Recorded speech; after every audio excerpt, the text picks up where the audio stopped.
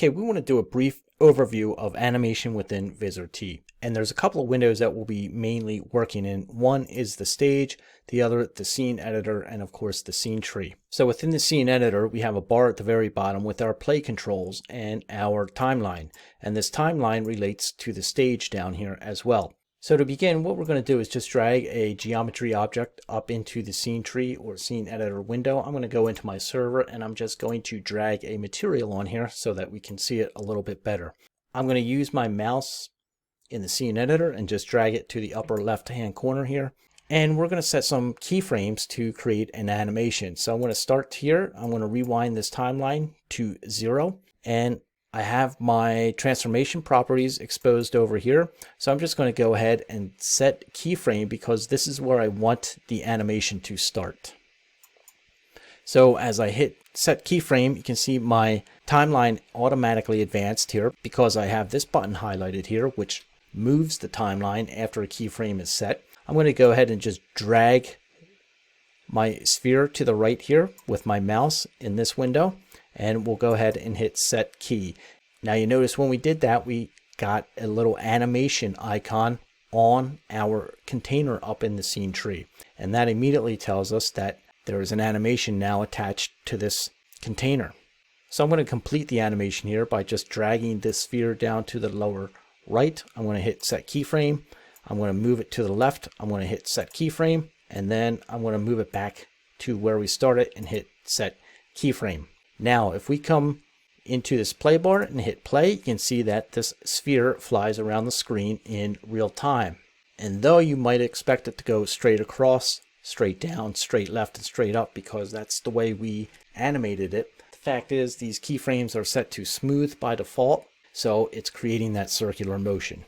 So if we click on this little animation icon here within our container, that takes us right into the stage.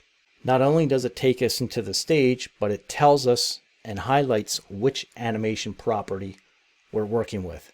So here you can see that we have the sphere named, and this container is named sphere as well. So if I came up here and changed the container name to sphere 1, that change should be reflected down here within the stage. So we have a couple of things going on here within the stage. Number one, we have a director, and this director was created and named default whenever we created a keyframe or started to create our animation. If we wanted to create our own director, we can use this little D button here by clicking on it and or dragging it.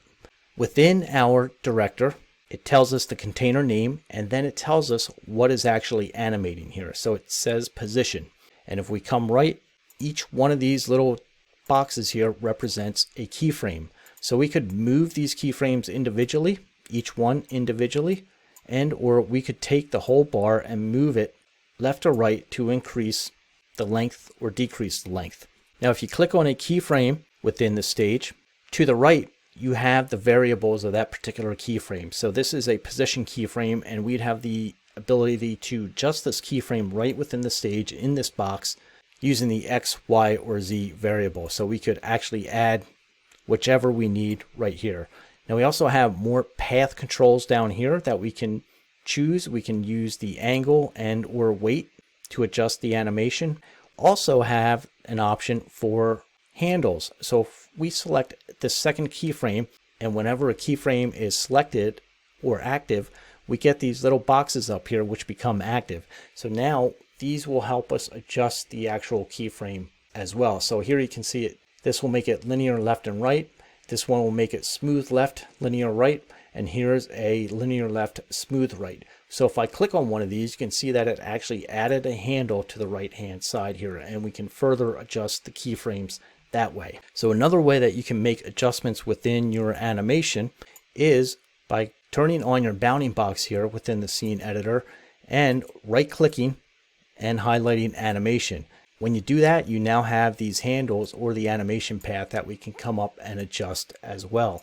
So if we want to tighten this circle up a little bit, we could come in and drag each little point around or handle around to put it where we want it. Now the transformation is not the only thing that we can animate within Vizrt.